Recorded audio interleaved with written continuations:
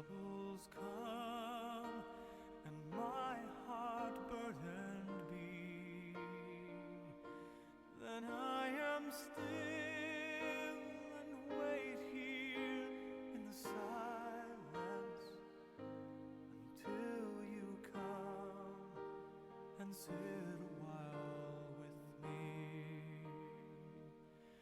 You raise me up so I can stand on mountains. You raise me up to walk on stormy seas. I am strong when I am on your shoulders. You raise me up to more than I can be.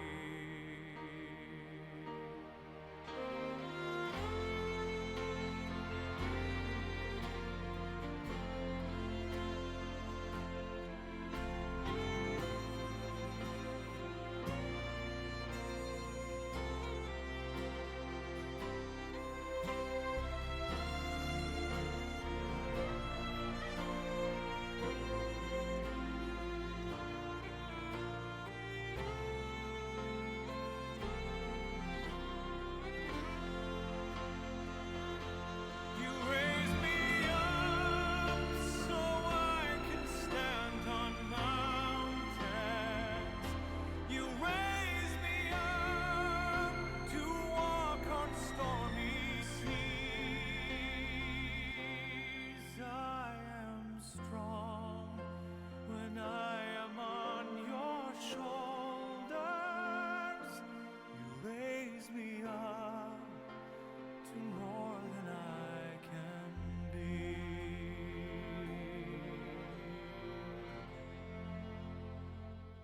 You raise me up so I can stand on mountains. You raise me up to walk on stormy seas. I am strong when I am on your shoulders. Raise me up to more than I can be. You raise me up so I can stand on mountains. You raise me up to walk on stormy seas. I am strong when I am on your shoulders. You raise me up to more than I can be.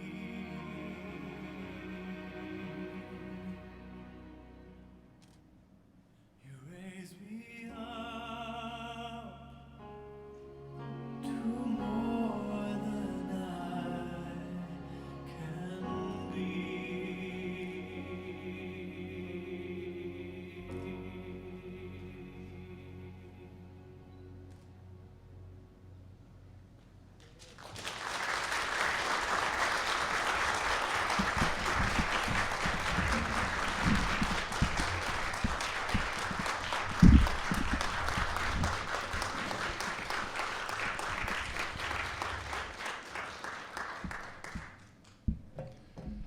네.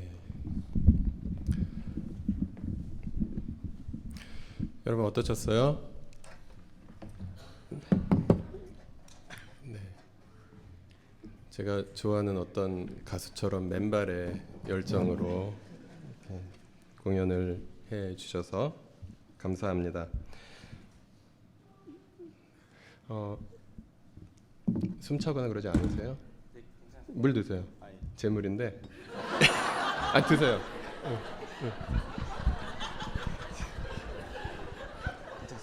아니, 같이 먹어야죠, 우리 형제끼리. 예. 네. 자, 그러면 몇 가지 좀 여쭤보도록 하겠습니다. 연극인이신데요. 연극이란 뭐뭐뭐다. 빈칸에 들어갈 말은 무엇이라고 생각하십니까? 예, 제가 좀 두서없이 원래 좀 얘기를 하는 사람이라서 적어왔습니다. 그래서 조금 딱딱하더라도 조리 있게 말을 하려고 하는 노력으로 봐주시면 감사하겠습니다. 연극이란 처음 만났을 때는 좋아하지만 가까이 하기에는 멀고 어려운 친구였다가 이제는 10년을 넘어 20년이라는 시간을 같이 지낸 친구 같은 존재입니다. 네. 네, 처음에는 좀 멀리 있었지만 이제는 어느덧 친구가 되어버린 네. 인생의 동반자. 네, 동반자. 네, 연기를 시작하게 된 계기는 네. 말씀해 주세요. 연기를 시작하게 된 계기는 저는 이제 아무 꿈이 없던 유년 시절을 지나서 무료한 청년 시절을 그냥 보내다가 군대를 다녀와서 색다른 경험을 하고 싶던 갈망에 시작한 드라마 엑스트라 알바를 경험하면서 배우라는 일에 인생에서 첫 호기심을 가진 게 시작한 계기입니다. 그러니까 군대를 갔다 와서 한 20대 중반 정도에 네, 20대 초반. 네네. 네. 가장 잊지 못할 공연은 어느 공연이세요? 네, 가장 잊지 못할 공연은 너 되게 딱딱하시죠? 죄송하네요. 저기 20대 중반에 그 연극쟁이라는 게 저에게 너무 안 만든다는 생각에 그만뒀다가 1년여 만에 다시 교회 극단을 통해서 다시 하게 된 용감한 사형수라는 그 연극에서 간수장 부하로 연극을 할 때가 생각이 납니다. 그때 공연을 하면서 다시는 제 인생의 마지막 공연이라는 생각에 스스로에게 후회 없도록 미친 듯이 하고 싶었고, 그리고 그 마지막이라는 간절함이 지금도 기억에 남습니다. 어쩌면 그 공연이 마지막이었을 수도 있는데 지금까지 이제 공연을 하는 인생을 살아가게 된 계기도 그렇게 됐네요. 네, 그런 거였습니다. 그렇죠. 네, 연극인으로서 네. 경험하는 어떤 배우로서 경험하는 어려움이나 보람 네. 한 가지씩만 말씀해 네. 주시죠. 가끔 연극이라는 걸 안 했더라면 어땠을까를 이제 생각을 해보는데 경제적으로 조금 더 풍족을 했을까 아니면 조금 더 사회적으로 입지가 더 좋을까 뭐 더 안정적이었을까 이런 생각을 할 때마다 결론은 모르겠다라는 결론이 나더라고요. 그래서 부끄럽지만 배우라는 일을 하며 살아가면서 배우로서 어려움과 보람이라는 질문을 이제 목사님의 그 이런 질문지가 아니었을 때는 사실 스스로 던져보지 못했기 때문에 많이 이제 부끄러운데 지금에서야 이제 생각을 하면 그리고 좀 더 솔직하게 이야기를 하면 저의 삶에 이 연기라는 친구를 좀 운명처럼 받아들이는 것 같다라는 생각이 듭니다. 교회 용어로 다시 설명을 드리면 하나님의 섭리라고 생각이 됩니다. 연기라는 도구를 통해서 하나님이 어떻게 제 삶을 빚어가실지 저도 궁금합니다. 네, 이거는 미리 드리지 않은 질문인데요. 네? 네. 예. 네. 사실 그 연기만 해서 네. 솔직히 생계라든가 이런 네. 부분에서 해결이 명쾌하게 안 되는 부분이 있어서 네. 혹시 뭐 예. 어떻게 저요? 경제적인 먹고 부분을 사시는지 먹고 사는지. 뭐 이런 부분 네. 말씀해 주시면 좋을 것 같아요. 네, 뭐 이거는 그냥 삶이니까. 20대 때 연기를 이렇게 주력으로 했을 때는 공연이 끝나고 나서 계속 알바를 했고요. 그러니까 잠을 줄여서 알바를 해서 생활을 해야 되니까 그렇게 했고, 이제 20대 후반에 연기를 그만둘 때는 이제 30대가 되면서 그만둘 때는 이제 기술을 배워야겠다는 생각에 기술직 일을 하면서 조금 빨리 끝나는 일을 하게 되면서 사실은 좀 여유 시간을 만들고 그 시간으로 연기를 계속 할 수 있는 계기가 됐죠. 근데 거기에 대해서는 사실은 이제 가족의 지원도 있었고요. 애기 엄마가 그렇게 하기를 바라고 또 이제 지원해 줬으니까 마음으로 지원해 줬으니까 사실 계속 연기를 할 수 있었죠. 예. 네, 감사합니다.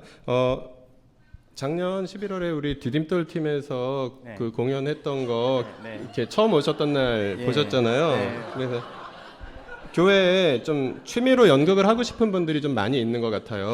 그래서 그런 분들에게 해주시고 싶은 말씀이나 아니면 도움 주실 수 있는 것들. 아, 예. 그 사실은 이거는 이제 사실은 여기 이제 얘기해 주셔가지고 써놨는데 저는 사실 별로 없다라는 사실은 가정하에 이걸 왜 굳이 뭐 이런 사실은 저는 생각을 하는 편이라서 저는 재밌지만 남들도 재밌을까 이런 생각. 여기 있는 거 먼저 짤막하니까 얘기하고 조금 덧붙이겠습니다. 디딤돌 팀 강막급에서 취미로 연극을 하고 예비를 섬기고 싶은 가족분들에게 혹시라도 그런 분들이 계시다면 그 마음을 아마 들어서 주님이 일하실 거라고 생각이 듭니다. 네, 제가 뭐라고 하기가 좀 그냥 저의 작은 바람은 그런 분들이 계시다면 같이 저랑 같이 그런 걸 좀 재미있게 함께 만들어 갔으면 좋겠습니다. 예, 이게 가장 적절하더라고요. 네. 감사합니다.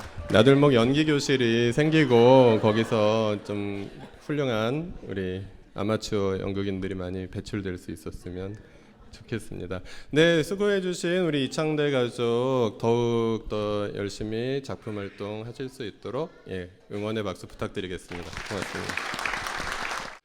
저는 이창대 가족이 해주신 공연의 영상을 좀 예습하는 의미에서 지난달부터 해가지고 여러 차례 보았습니다.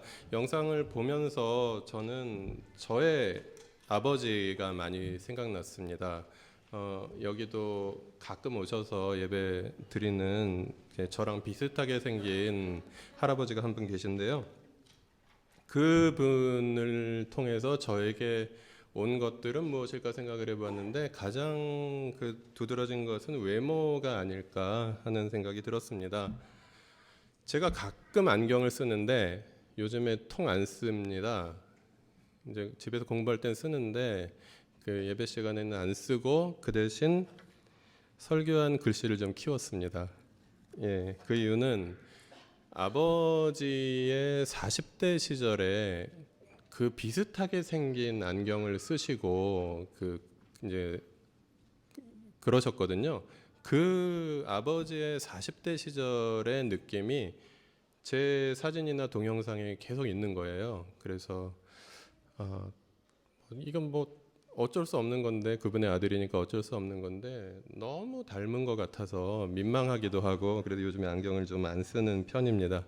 새로 다른 뿔테 안경 아닌 다른 안경을 최근에 저렴한 걸로 맞췄습니다. 네. 그리고 아버지에게 제가 물려받은 게 어떤 인문학이나 예술에 대한 어떤 관심 그리고 이제 사회 참여적 의식 뭐 이런 것들이 아닌가 생각합니다. 저희 아버지는 굉장히 멋진 분이었고, 특히 예수님 믿기 전에는 굉장히 멋진 분이셨습니다. 그래서 저는 그 분의 젊은 시절을 굉장히 좋은 느낌으로 기억하고 있고요. 그리고 정말 중요한 거는 나름대로의 방법으로 저를 사랑해 주신 분이셨다라는 것을 저는 절대로 부인할 수 없습니다. 아버지는 저를 사랑해 주신 분이셨습니다. 나름대로의 방법으로. 제가 젊을 때에는 제가 한 30대까지는 나름대로가 더 강했습니다. 나름대로의 더 강조점이 있었습니다. 아버지가 저를 사랑하긴 사랑했지만 제가 원하는 방식 그대로 사랑해 준 것 같지는 않다. 이게 저의 솔직한 고백이었는데 나이를 조금씩 먹다 보니까 나름대로가 아니라 사랑의 강조점이 찍히게 되었습니다. 그래서 저는 어린 시절 그분의 사랑을 받으면서 자랐다라는 고백을 감히 할 수 있는 뭐 그런 아들이라고 이 자리에서 여러분께 감히 말씀드릴 수 있을 것 같습니다. 우리는 모두 누군가의 자식들이고요. 그리고 그분들의 도움을 통해서 아버지이든 어머니이든 그분들의 도움을 통해서 이 세상에 왔고, 그리고 지금까지 인생의 길을 특히 어린 시절과 젊은 시절 그렇게 살아오셨습니다. 그리고 그 가운데에서 하나님께서 우리를 인도해 주시는 뜻이 계셨고, 그리고 지금 여기까지 왔습니다. 그리고 많은 분들이 누군가의 아빠이시고 누군가의 엄마로서 지금 또 손주를 보신 분들도 계시고, 그렇게 해서 이제 아버지의 길, 어머니의 길을 걸어가고 있는 가운데 오늘은 성경이 말하고 있는 어느 아버지 이야기를 함께 나누었으면 좋겠습니다. 흔히 탕자의 비유라고 우리가 잘 알고 있는 본문 말씀인데요. 사실 이 본문의 주인공은 둘째 아들이 아니라 아버지입니다. 예, 여기 주어도 그렇게 써 있죠. 어떤 사람에게 아들이 둘 있는데, 어떤 사람의 이야기입니다. 아들을 둘을 가진 어떤 사람의 이야기. 예, 그 아버지의 마음, 아버지의 사랑을 함께 오늘 본문을 통해서 잠시 나눌 수 있었으면 좋겠습니다. 좀 본문이 좀 길긴 한데요. 재미있는 본문입니다. 그리고 잘 아시는 본문입니다. 같이 11절부터 32절까지 읽어갔으면 좋겠습니다. 함께 읽겠습니다. 예수께서 말씀하셨다. 어떤 사람에게 아들이 둘 있는데 작은 아들이 아버지에게 말하기를 아버지 재산 가운데서 내게 돌아올 몫을 내게 주십시오 하였다. 그래서 아버지는 살림을 두 아들에게 나누어 주었다. 며칠 뒤에 작은 아들은 제 것을 다 챙겨서 먼 지방으로 가서 거기서 방탕하게 살면서 그 재산을 낭비하였다. 그가 모든 것을 탕진했을 때에 그 지방에 크게 흉년이 들어서 그는 아주 궁핍하게 되었다.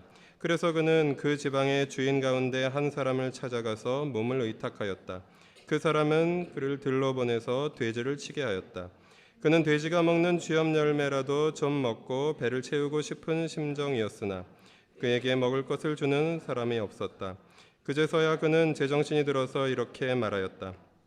아버지의 그 많은 품꾼들에게는 먹을 것이 남아도는데 나는 여기서 굶어 죽는구나. 내가 일어나 아버지에게 돌아가서 이렇게 말씀드려야 하겠다. 아버지, 내가 하늘과 아버지 앞에 죄를 지었습니다. 나는 더 이상 아버지의 아들이라고 불릴 자격이 없으니 나를 품꾼의 하나로 삼아 주십시오. 그는 일어나서 아버지께로 갔다. 그가 아직도 먼 거리에 있는데 그의 아버지가 그를 보고 측은히 여겨서 달려가 그의 목을 껴안고 입을 맞추었다. 아들이 아버지에게 말하였다. 아버지, 내가 하늘과 아버지 앞에 죄를 지었습니다. 이제부터 나는 아버지의 아들이라고 불릴 자격이 없습니다. 그러나 아버지는 종들에게 말하였다. 어서 가장 좋은 옷을 꺼내서 그에게 입히고 손에 반지를 끼우고 발에 신을 신겨라. 그리고 살찐 송아지를 끌어내다가 잡아라. 우리가 먹고 즐기자. 이 아들은 죽었다가 살아났고 내가 잃었다가 되찾았다. 그래서 그들은 잔치를 벌였다. 그런데 큰아들이 밭에 있다가 돌아오는데 집에 가까이 이르렀을 때에 음악 소리와 춤추면서 노는 소리를 듣고 종 하나를 불러서 무슨 일인지 물어보았다.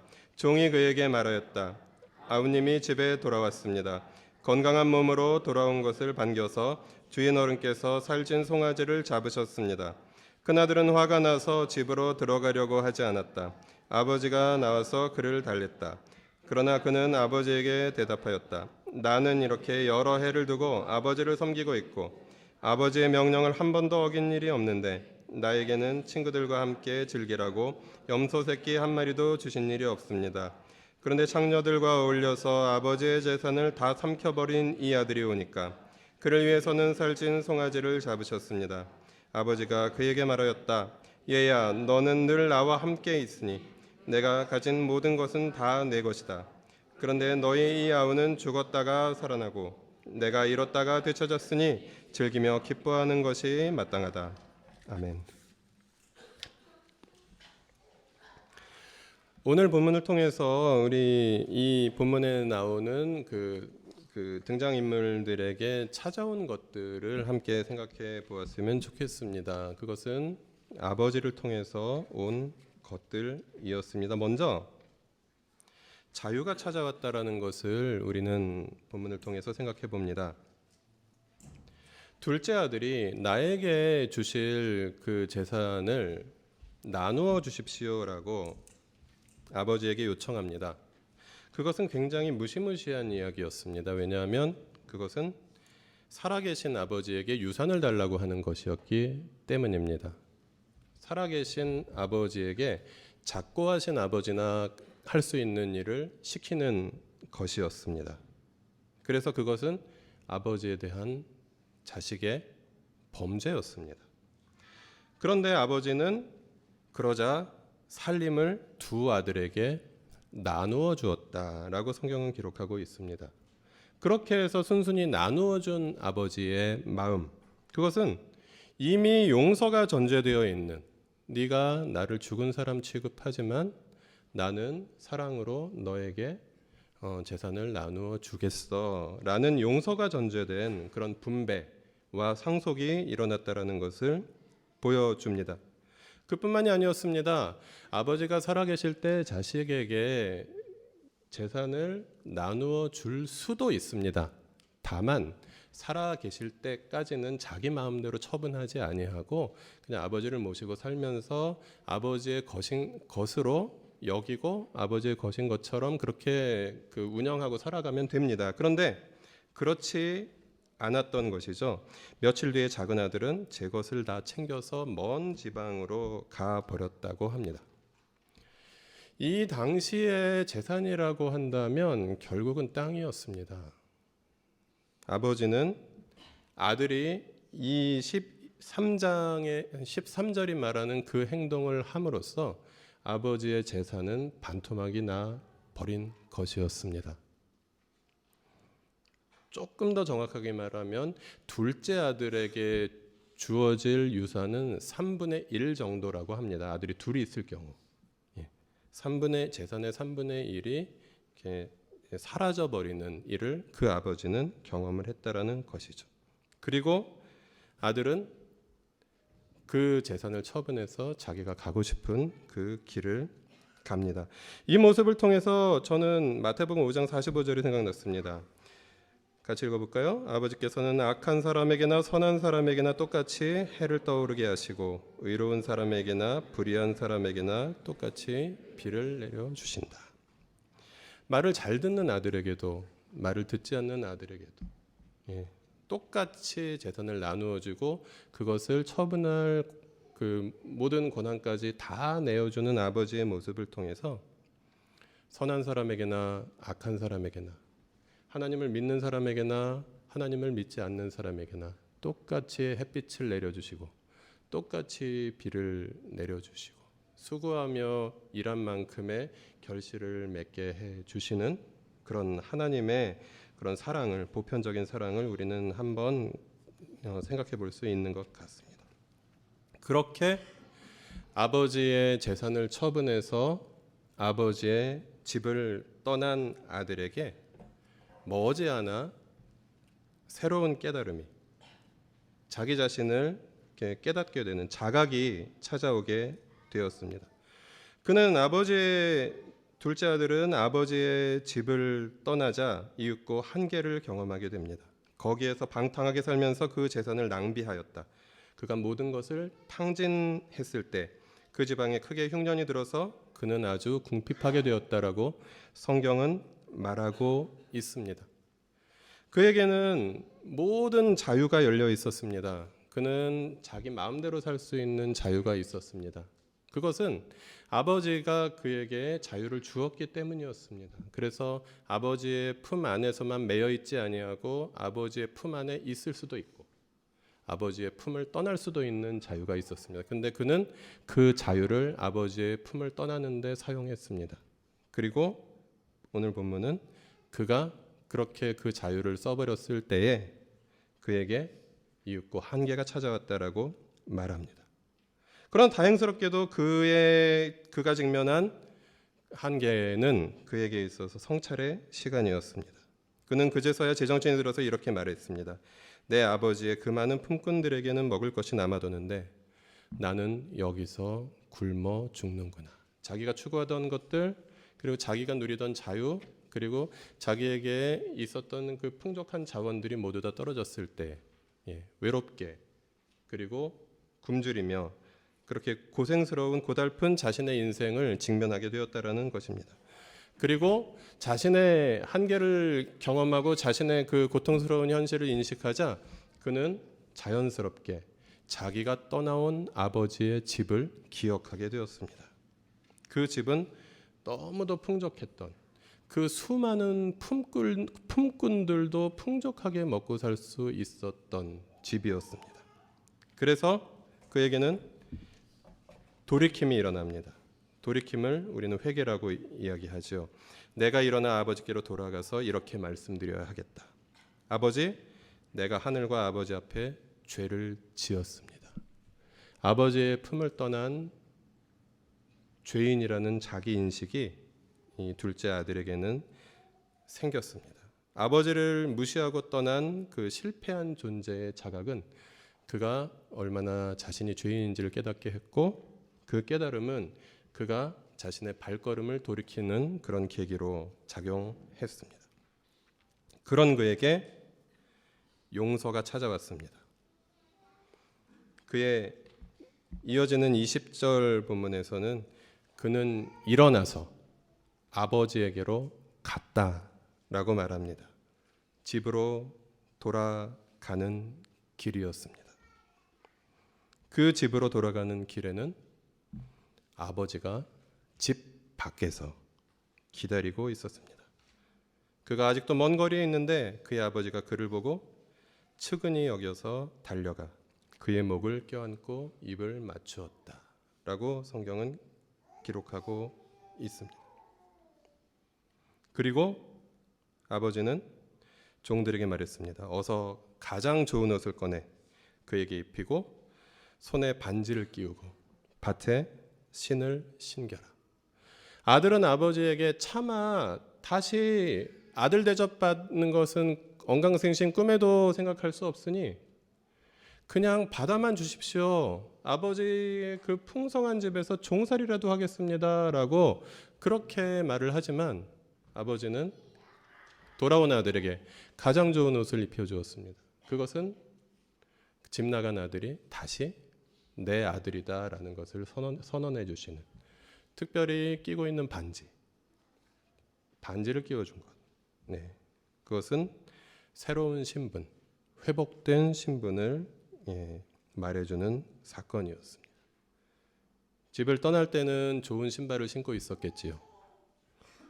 그러나 돌아오는 발에는 맨발이었습니다. 모든 것을 다 잃어버린 그런 둘째 아들의 집으로 돌아오는 길에는 이제 용서가 찾아왔고 회복이 일어났습니다. 그런데 문제는 둘째 아들만 이 아버지에게 있었던 것이 아니었습니다. 아버지의 곁을 지키고 있던 첫째 아들이 있었습니다. 아버지는 돌아온 아들로 인해서 잔치를 베풀었습니다. 노래하고 춤을 추고 그리고 송아지를 잡아서 파티가 열렸습니다.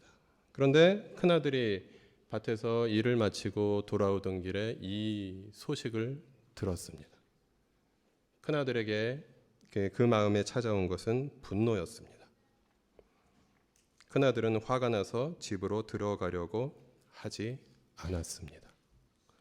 여기서 우리는 작은 아들의 모습과 큰 아들의 모습이 만나고 있는 것을 봅니다. 작은 아들은, 둘째 아들은 아버지의 집에 있기 싫어서 아버지의 집을 떠났습니다. 자기 마음대로, 자기의 욕망대로, 자기의 뜻대로 하기 위해서. 근데 큰 아들도 결국은 마찬가지였습니다. 자기의 기준으로는 도저히 용납할 수 없는 일이 일어나자 큰아들은 집으로 들어가려고 하지 않았습니다.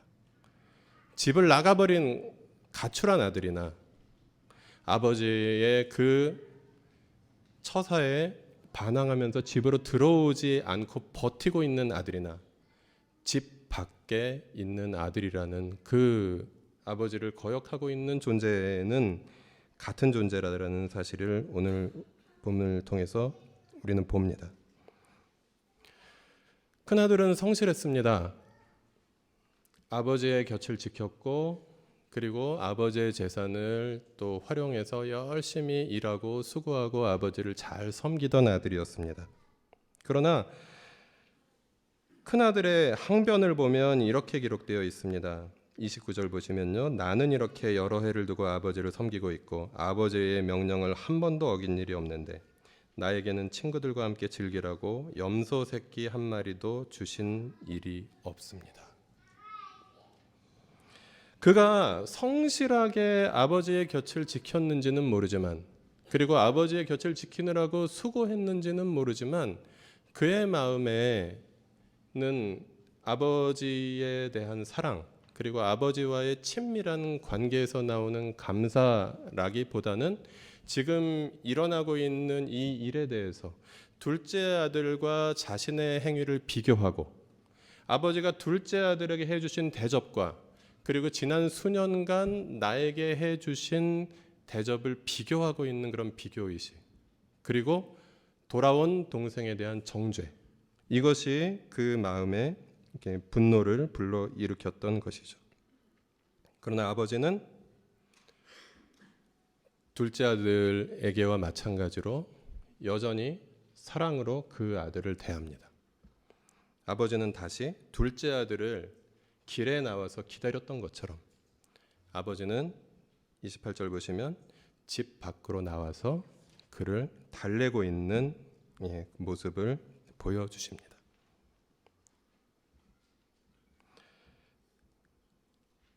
첫째 아들에게는 잔치의 초대가 다가왔습니다. 오늘 본문을 통해서 우리는 하나님 아버지의 마음을 느낄 수 있습니다. 그중 가장 두드러진 표현은 31절의 예야라는 표현입니다. 첫째 아들을 부르시는 아버지의 호칭이었습니다. 이 예야라는 표현은 오늘 유아부 수료식을 한 아이들 정도를 부르는 표현입니다. 장성해서 결혼하고 그리고 이렇게 이미 아버지의 재산을 물려받아서 운영하고 있는 어엿한 성인 남자한테 부르는 단어가 아닙니다. 오늘날로 말하자면 애기야, 아가, 이 정도의 그 표현이 31절에 나오는 예야라는 표현이었습니다.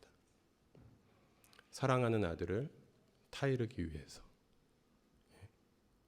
그 아이가 아빠라고 아버지를 부르던 그 시절의 아이를 부르는 그 호칭으로 큰아들에게 이야기하는 그 음성을 큰아들은 듣고 있는 것입니다.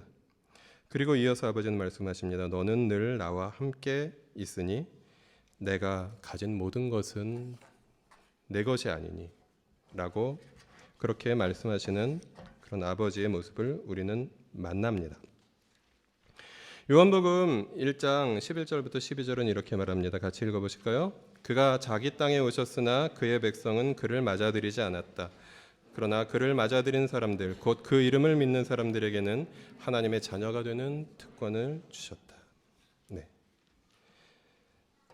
그리고 이어서 읽겠습니다. 로마서 8장 32절입니다. 같이 읽겠습니다. 자기 아들을 아끼지 않으시고 우리 모두를 위하여 내주신 분이 어찌 그 아들과 함께 모든 것을 우리에게 선물로 거저주지 않으시겠습니까? 기독교는 참 독특한 종교입니다. 신을 아버지라고 부르는 종교입니다. 두렵고 저 멀리에 있는 그 위대하고 장엄하기만 한 그런 신이 아니라 바로 우리들 한 사람 한 사람의 아버지가 되시는 그 신이 바로 우리가 믿는 우주의 창조주이시며 우리를 구원하신 분이다라는 것을 우리는 하나님 아버지라는 기도 속에서 늘 고백하고 있습니다. 우리는 그 아버지의 사랑으로 그분의 자녀가 되었고, 그리고 그분이 시작하신 잔치에 참여하며 그분이 허락하신 기쁨을 누리는 존재들입니다. 우리는 모두 그 아름답고 풍성한 잔치에 초대받은 사람들로 여기 모여 있습니다. 그 아버지의 기쁨은 이렇게 표현되고 있습니다. 32절 말씀 같이 읽겠습니다. 그런데 너의 이 아우는 죽었다가 살아났고 내가 잃었다가 되찾았으니 즐기며 기뻐하는 것이 마땅하다. 아버지의 기쁨은 자녀들이 아버지와 함께 살아가는 것이며 그 안에서 행복하고 그 안에서 아버지께서 주시는 그 모든 풍성한 것들을 받아 누리는 그런 삶을 감사로 그리고 서로 사랑하며 함께 살아가는 것이다라고 성경은 말하고 있습니다. 오늘 우리는 둘째 아들의 모습 속에서 우리의 모습을 봅니다. 내 뜻대로 살고자 아버지를 떠난 아들의 모습. 어쩌면 지금도 남아있는 우리들의 모습이기도 합니다. 또한 우리는 첫째 아들의 모습에서 우리들의 모습을 보기도 합니다. 내 기준으로 판단해서 아버지의 부탁에, 아버지의 초대에 저항하고 있는, 아버지의 잔치에 기쁘게 참여하기를 거부하고 있는 큰아들의 모습 말입니다. 그런 내 뜻대로 살고자 하는 작은 아들 같은 우리에게, 그리고 내 기준으로 아버지의 뜻대로 또 살아가기를 또 거부하고 있는 큰아들 같은 우리에게 아버지는 이렇게 초대하십니다. 함께 기쁨의 잔치에 참여하자. 내 모든 것이 내 자녀인 너희들의 것이란다. 그리고 함께 서로 사랑하면서 내 자녀의 삶을 살아가며 내 자녀의 특권을 누리기를 바란단다. 그것이 바로 오늘 본문을 통해서 우리에게 하나님께서 주시는 그런 하나님 아버지의 마음입니다. 그 아버지의 마음, 아버지의 초대를 함께 받아서 함께 아버지의 자녀의 그 기쁨을 누릴 수 있는 우리들이 되었으면 좋겠습니다. 그리고 또 한 가지만 말씀드리면, 아까 서두에서 말씀드렸듯이 대부분의 자녀들은 아버지의 모습을 간직하고 있습니다.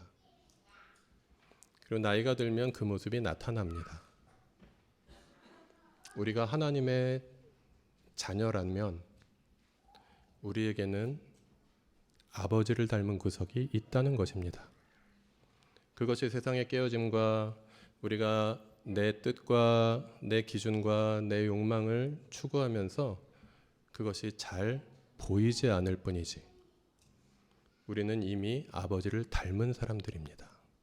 그 하늘 아버지를 닮은 사람들답게 내가 고집하던 내 방식과 그리고 내 욕망, 나의 뜻, 내 기준들을 조금씩 내려놓고 그 아버지의 초대에 응해서 기쁘게 그 잔치에 지금은 조금 어색할 수 있어도 계속해서 조금씩 참여하면서 아버지께 나아갈 수 있다면 우리는 저마다의 모습 속에서 우리가 이미 받아서 간직하고 있는 아버지의 모습을 나 자신의 모습을 통해서 그리고 우리들 가족들 서로의 모습을 통해서 확인할 수 있을 것입니다.